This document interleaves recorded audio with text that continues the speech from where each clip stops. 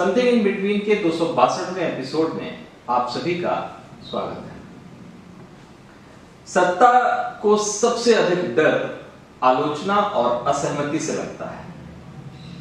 डर इसलिए कि आलोचना और असहमति ही सत्ता के खिलाफ एक नकारात्मक वातावरण तैयार करती है। कोई भी दल सत्ता नहीं गंवाना चाहता, इसलिए आलोचनाओं का मुंह बंद करने और असहमतियों का दरवाजा बंद करने के मामले में अपने देश के सभी दलों का रुख कमोवेश एक जैसा है।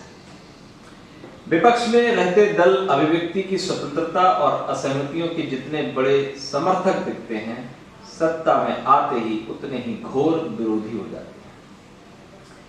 कम से कम अपने देश में आजादी से अब तक सभी पीढ़ियों ने अलग अलग दलों के चरित्र को देखा और परखा है। मसलन संविधान का 44वां संशोधन के मामले को लीजिए। साल 1975 में देश में आपातकाल थोपे जाने के बाद शासन प्रशासन ने जातियों के पिछले सारे कीर्तिमान ध्वस्त कर दिए। अभिव्यक्ति की स्वतंत्रता खत्म कर दी गई।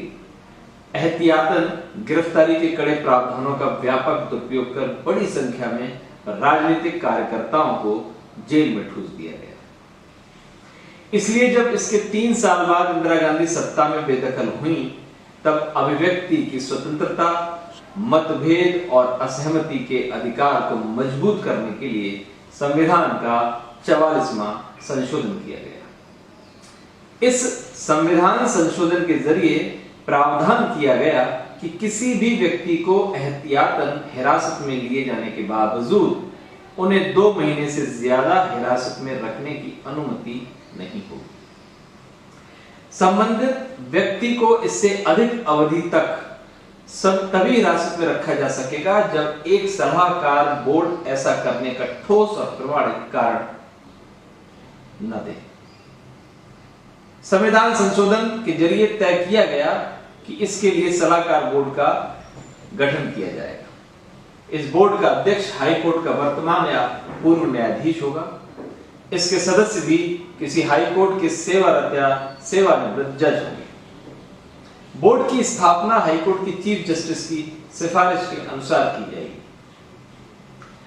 अब मजे की बात देखिए, संविधान संशोधन साल 1978 में किया गया, मगर इसके 43 साल बाद भी इसके प्रावधानों को लागू नहीं किया गया। इस दौरान देश में 13 नई सरकारें बनी। कांग्रेस को परोक्ष और प्रत्यक्ष रूप से 6 बार, भाजपा को भी इसी तरह 4 बार, अन्य विपक्षी दलों को 4 बार सरकार बनाने का मौका मिला। बावजूद इसके संविधान संशोधन की धारा 3 को प्रभावी बनाने के लिए नोटिफिकेशन जारी नहीं किया गया। इन 4 दशकों के अधिक समय में सत्ता ने मनमाने ढंग से एहतियातन हिरासत में लिए जाने वाले प्रावधान का जमकर दुरुपयोग किया। संविधान संशोधन को लागू नहीं किए जाने का सवाल फिर से चर्चा का विषय बना है। इसका कारण देश के 100 पूर्व नौकरशाहों की मुहिम है। इन नौकरशाहों ने कानून मंत्री किरेन रिजिजू को पत्र लिखकर संविधान संशोधन की धारा 3 को प्रभावी बनाने के लिए तारीख तय करने की मांग की है। पत्र लिखने वालों में पूर्व विदेश सचिव श्याम शरण, रॉ के पूर्व मुखिया एएस दुल्लत, पूर्व मुख्य सूचना आयुक्त बदाहत हबीबुल्ला, प्रधानमंत्री के सलाहकार रहे टीके नायर, विदेश सचिव रहे जी के पिल्लई सहित कई वरिष्ठ नाम शामिल हैं। नौकरशाहों ने अपने पत्र में लिखा है कि उनका किसी भी राजनीतिक दल से कोई संबंध नहीं है, लेकिन वे भारत के संविधान के अनुरूप निष्पक्षता, तटस्थता और प्रतिबद्धता में विश्वास करते हैं। पत्र में कहा गया है कि वर्तमान में कोई भी वकील जो किसी उच्च न्यायालय के न्यायाधीश बनने के योग्य है, उसे सलाहकार बोर्ड में नियुक्त किया जा सकता है। और इसका मतलब यह है कि 10 वर्ष या उससे अधिक अनुभव वाला कोई भी वकील सलाहकार बोर्ड में बैठ सकता है। पत्र लिखने वालों में शामिल हबीबुल्ला कहते हैं, संविधान संशोधन को पूरी तरह से लागू न करना आश्चर्यजनक है। इसके कारण एहतियातन हिरासत में रखने की सत्ता की प्रवृत्ति कम होने के बदले लगातार बढ़ती जा रही है। अधिसूचना को जारी करने में 43 वर्षों की देरी की वजह से मानवाधिकारों का घोर उल्लंघन हुआ है। सवाल उठता है कि आखिर संविधान संशोधन के बाद किसी भी सरकार ने इसे लागू करने में कोई दिलचस्पी क्यों नहीं दिखाई। जाहिर तौर पर सत्ता में आने के बाद हर दलों ने असहमति का मुंह बंद करने और अभिव्यक्ति की स्वतंत्रता को खत्म करना जरूरी समझा, क्योंकि सत्ता को पता है कि आलोचना, असहमति और अभिव्यक्ति की स्वतंत्रता उसके स्थायित्व के लिए कितना खतरनाक है। अब यहां यह समझना जरूरी है कि एहतियातन हिरासत में लिए जाने वाले संबंधी मामले में सत्ता क्यों छेड़छाड़ पसंद नहीं करती। दरअसल भारत के संविधान के अनुच्छेद 22 के अनुसार गिरफ्तार किए गए किसी व्यक्ति को इसके कारणों से अवगत कराना आवश्यक होता है। हिरासत में लिए जाने के 24 घंटे के अंदर नजदीकी मजिस्ट्रेट के समक्ष पेश करना अनिवार्य है। इसके बाद अदालत के स्वीकार्यता के बाद ही पुलिस किसी व्यक्ति को हिरासत में रख सकती है।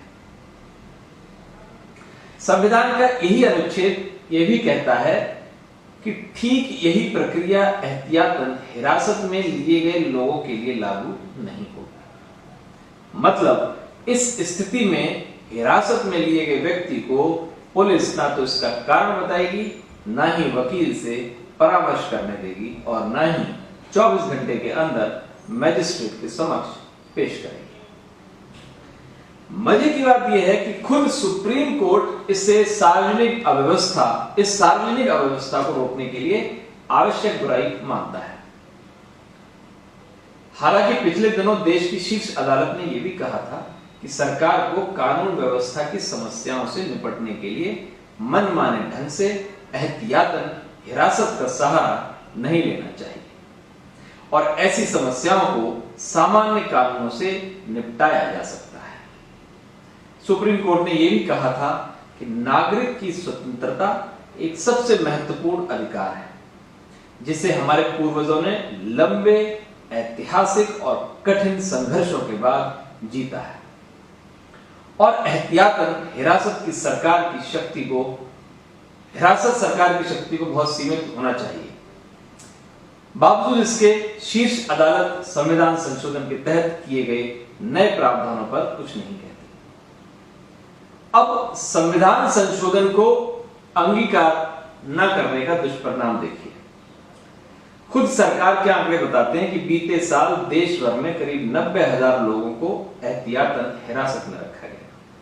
इनमें से करीब 15,000 लोगों को 1 साल से भी अधिक समय तक हिरासत में रहना पड़ा, जबकि करीब 68,000 व्यक्तियों को एक महीने में करीब 2,500 व्यक्तियों को 1 से 3 महीने के बीच और 4,150 व्यक्तियों को 3 से 6 महीने के बीच एडवाइजरी बोर्ड की सिफारिश पर रिहा किया गया।